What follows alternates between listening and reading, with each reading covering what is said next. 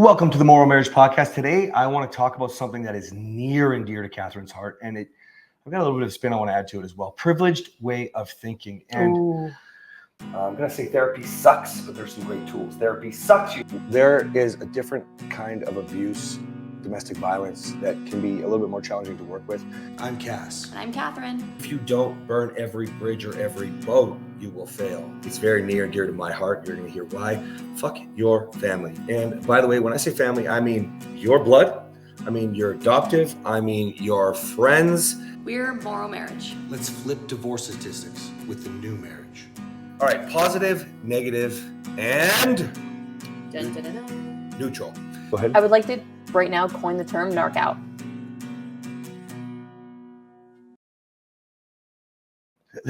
You love this. You love talking about this. I'd love for you to dive into a little bit of what this means to you and why. Okay.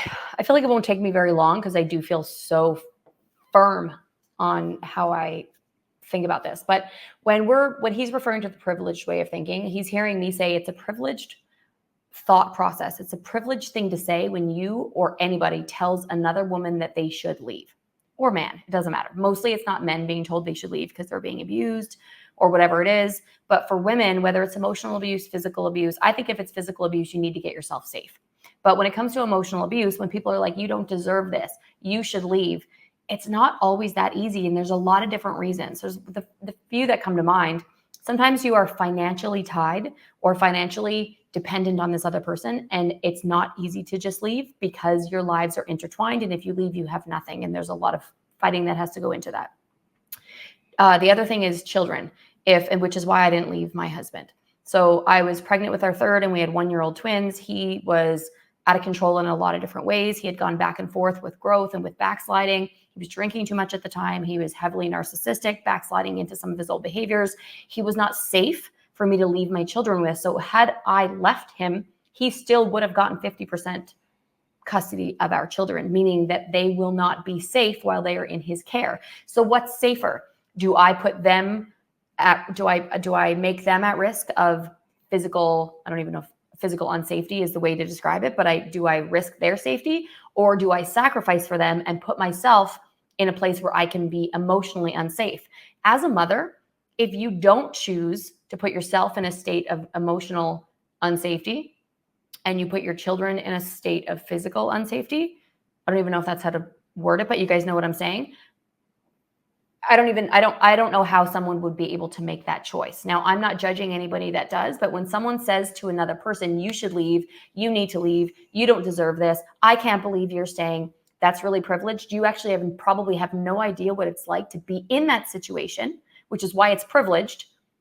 People say, if you're being abused, you need to get out. If he can't speak to you this way, you need to get out. Well, then what happens though? What happens to your family? What happens to your financial safety, your financial security? Not that financial security and safety is worth being emotionally abused, but there's so much that goes into it that some women have found themselves in poverty, which is because they've had to leave a situation, which I totally get, but they stayed as long as they could trying to figure something else out.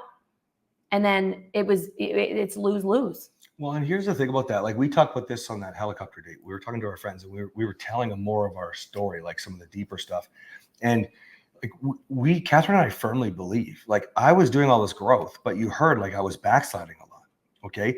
I didn't realize that she wasn't feeling the same way with the growth. Okay. That's why we talk about our timelines being different. My reality, her reality, perceptions. Okay.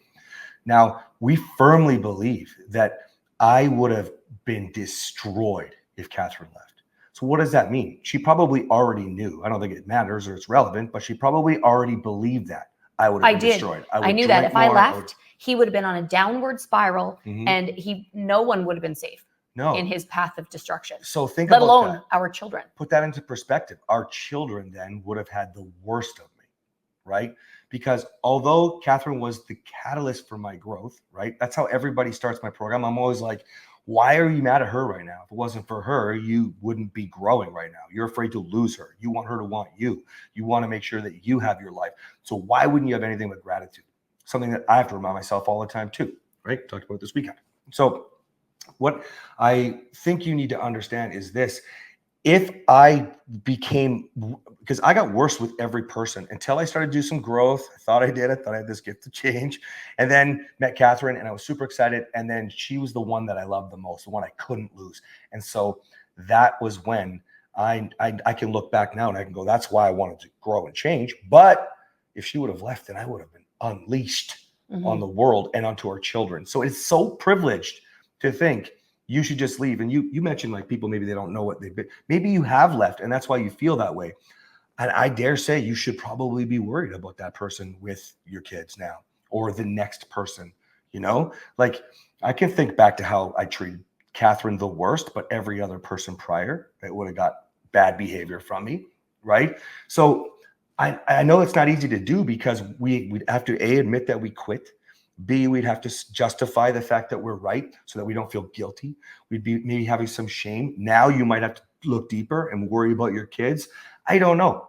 But the point is, you need to lay off that you should quit. Because by the way, you don't have the tools if you quit.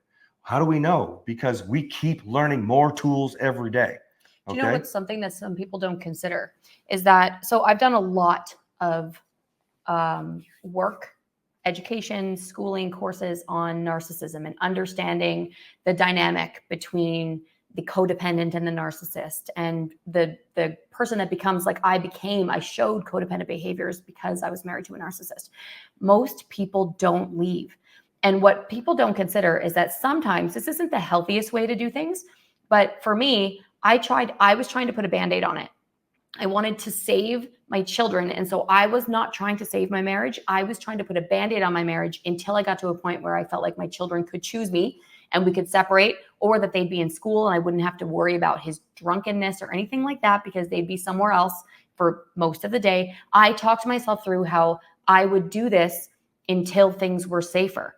So sometimes people don't leave because that's what they're doing. Now, that is what I did. And I did that times 1,000, which allowed me to soften my husband. I did as many things as I could because I was like, my kids were 1, my babies were 1 and I was pregnant. I had another 18 years potentially ahead of me. And so I couldn't just put a Band-Aid on. I had to get one of those giant gauze pads and figure out how I was going to get through this. But when I did that, I was able to soften my husband, which is why I teach other women how to do it, how to soften their husband.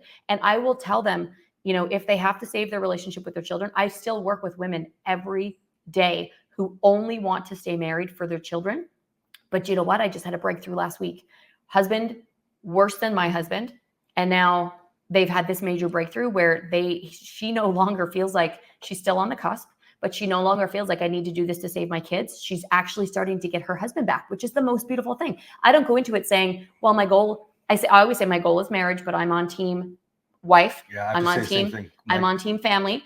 But my goal, because I don't know why I did this, my goal, my goal, for anyone who's not watching on YouTube, I just made like a crazy thing in my because it is crazy. It's nuts to think that you can influence somebody that notice she said influence somebody, right? Because everybody says they can't change. That's why it's called influence. Yeah, you can't change your partner, but you can soften your partner. You can influence your partner. And my goal, even for this woman who I thought her husband was hopeless, I'm still praying for her. Yeah, I'm still giving. He didn't do my program. I thought for sure. I'm still giving her the tools to move forward. She's still using them. She's humbling herself, and because she knows that the alternative is sharing her children with this person, which is not an option for a lot of us. That is a privileged way of thinking. You cannot let your husband raise your kids if your husband is cuckoo banana. Cuckoo banana. Also, I'd like to flip this a little bit too, because there's a privileged way of thinking as well. And what it is I can't tell you how many men think that it's impossible. She can't leave. In our case, Kathryn makes enough money. She could definitely take care of herself and the kids. Okay. And then I would still have to pay her and all that jazz. Right. But a lot of times, men, you are so privileged in your way of thinking that she can't figure it out. You don't understand. It's not just about money. Money is the most common one. You get complacent because you think, oh, she won't leave because. That's right. And I just think that's also so privileged. Like, you're out of your mind, because at some point, somebody will potentially leave. She gave a perfect example. When the kids are in school, maybe that would have been safe. That's not that far away for some of you, or maybe they're already in school. Like, at some point, I think that, men, you need to realize women have a breaking point. Kathryn could have the best intentions for the kids, for this client of hers as well. But at some point, the wives will rise up. they realize that their standards, the ones that you've allowed them to create, don't actually work anymore, which is how Kathryn holds me accountable if I make mistakes now. She has fucking standards. Now I do too, but I'm just more likely to have an episode or an insecurity or a trigger or whatever. And so, I'm fortunate because she values the commitment and the oath and how much work that I do. Love you. Yeah, thank you. I love you, baby. But that's because of all those things that matter to me now too, because my standards of myself are higher, right? But you have to understand, guys, if you're a man and your privileged way of thinking is she can't leave. She's not going to leave. She can't leave. She can't afford to leave. She won't split up the family. All those sorts of things. Your part of you is right, but your wife has a limit. Everyone has a limit, and almost always it's emotional. It's not, emotional decision. She's tired of being treated this way. Right. It's not, the limit isn't finances like some of the gentlemen think. No, women want to be safe, right? If Kathryn is holding me accountable, using that example again, okay, from the other day, she needs me to be turning around fast and being reactive, being reflective, understanding that I need to look at my trigger, understanding and reminding myself of where I'm going and what I'm doing. She appreciates some of the reflections that I had and gave to her later that day. Why? Because she needs to know that safety is there so that she can count on the trust in me that she has for me, in the love that she has for me, that it's not going to go away. So men, do not think about this like you're going to win no matter what. I've seen multimillionaires leave with their wife, leave with a suitcase, man. That's it. Not even go after the money. She just wants to be loved, safe, prioritized, valued, understood. Yeah. You got to understand this. All right. I have nothing else to add. Nope. Okay, guys, we'll see you on the next one. Bye.